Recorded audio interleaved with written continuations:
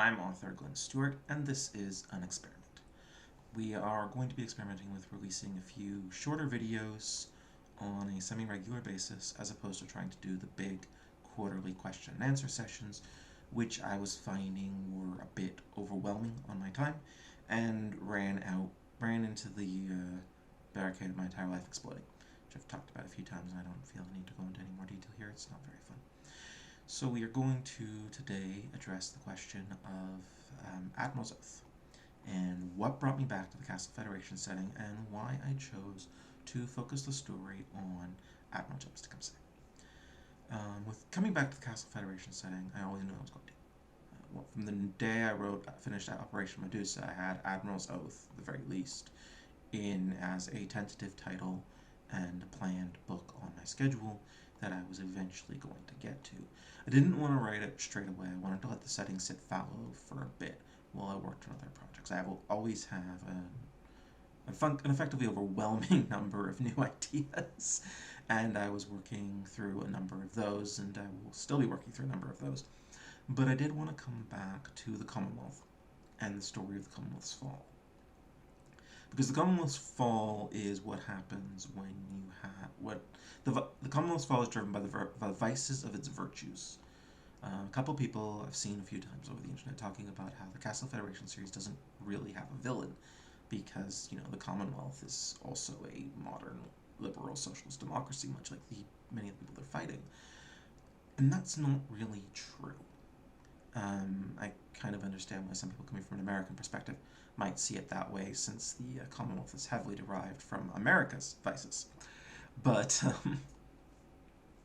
the Commonwealth has the vices of its virtues and the virtues of its vices. It is convinced it is the best thing in the universe, and it has some very real weight behind that belief. But they have turned that into something grotesque, and the desire to forcefully amalgamate all of humanity under their banner. And the biggest thing about the Commonwealth they run into is just the entitlement inherent to their worldview. They are entitled to rule all of humanity. Humanity should be recognizing that they're bringing them the good word and everything, and that they should just bow down. And it doesn't work. And as soon as they collide with something that really they don't handle resistance very well, as you see in Operation Medusa. They very much expected that the wars of expansion would take place beyond their borders, that the Commonwealth itself would never be threatened. It doesn't work out that way, and they lose the war with the Alliance of Free Stars, and that is a foundational blow to the concepts of the Commonwealth, especially with the loss of interstellar communication, because the loss of interstellar communication is what gives them the reason to claim that all humanity should be unified. In the absence of that, and in the failure of the Commonwealth to continue to expand, a lot of the core building blocks of the Commonwealth are at risk. And then the Senate attempts to arrest and execute Admiral Walkingstick, and in general, they have very much laid the groundwork of their own collapse. The Commonwealth is not really destroyed by an outside power. It's not really destroyed by what the Alliance of Free Stars did. The Alliance of Free Stars defeated them militarily through a decapitation strike, but they never really destroyed the Commonwealth. The Commonwealth does that to themselves. And it's in the Dakotan Confederacy series where we'll see how that takes shape. And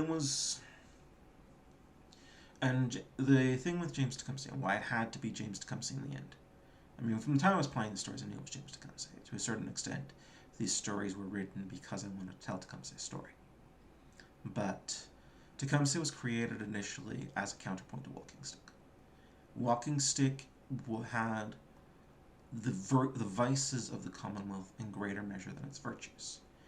James Tecumseh, on the other hand, had the virtues of the Commonwealth in greater measure than its vices. And so when freedom, equality, and justice collided with unity, James Walkingstick chose unity. James Tecumseh chose freedom, justice, and democracy. And that is the fundamental conflict that drives the second trilogy. I guess the third trilogy, depending on how you want to look at it, but the second series, the Dakotan Confederacy series.